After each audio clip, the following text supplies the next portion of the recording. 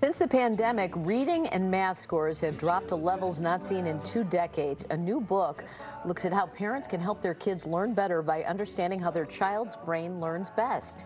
It's called Your Child Learns Differently. Now What? The Truth for Parents. Betsy Hill co-wrote the book, and she joins us now. Good morning. Good morning. Good morning. Yeah, I mean, we know so much more now than we did 40 years ago. So how well is this being accepted in schools today? Well, for the most part, schools have a traditional response when children are struggling, and the standard accommodations, like more time on a test or fewer spelling words, doesn't really help with underlying learning skills. And most schools don't have access to that information. Most teachers don't.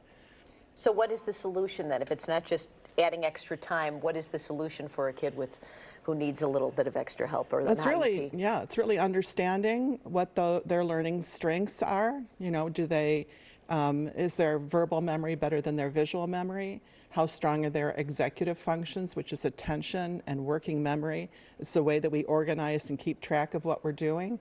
And how we reason with information. And when we understand that, we can actually help kids use their strengths to their advantage. Do the average schools have those resources to identify those things you're talking about, or do teachers know what to look for?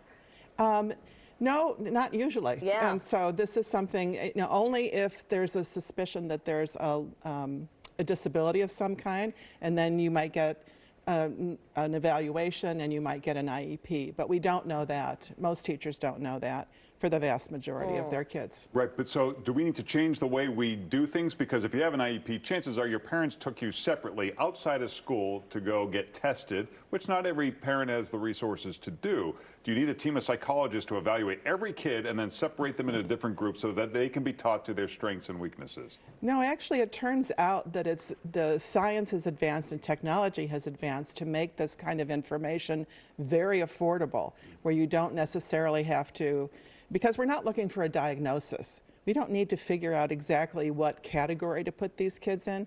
We just need to figure out child by child what their strengths are and how to help them use that. So what are if you are a parent, I mean, you say 70% of students are testing below their grade level now. I'm sure it's gotten worse with the pandemic. If you know your kid is struggling, what is the first thing you recommend parents do at home?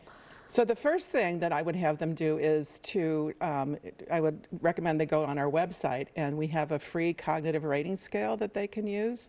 And that will help them pinpoint some of the areas that might be causing this.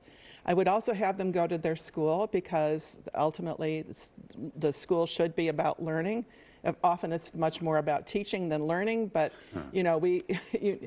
parents should expect that learning is happening when their kids go to school. But you're saying we tend to focus on reading, writing, and arithmetic, but we should be looking at things that are more subtle? So reading and writing and math and all the rest of the things that are taught in school are content, they're subject matter. They're not how our brain learns. Yeah. So the cognitive skills that we're talking about are the ways that information gets into our brains from the outside world, how we store it, retrieve it, interact with it. And so attention is an obvious one. If things aren't getting through our attention filters, it doesn't even have a chance of getting into our brains. And we used to look at that as some kind of behavioral failing. The kid's just difficult. Oh, he's not paying attention. Yeah, kids are, teachers will say, or parents will say, or others will say, oh, that child's just lazy. Yeah. They're being difficult, they're being defiant. Most of the time, that's not the case. When kids are struggling in school, usually there's some kind of underlying cognitive weakness that is standing in the way of them being able to demonstrate what they can do. You also say, surprisingly, if your kid's struggling, it's okay to set high standards and believe they can do better, and tell your child that it's okay, right? It is. You can achieve higher. Absolutely, it's okay, because what we know now is that we can actually strengthen these underlying skills. We can help build them. It's not a sentence. You don't come into the world with everything you're ever going to have. Well, thank you so much for being with us. The book is called Your Child Learns Differently, Now What? You can get more information at mybrainware.com or check them out on Facebook. Thanks so much, Betsy. Thanks, Betsy. Thank you.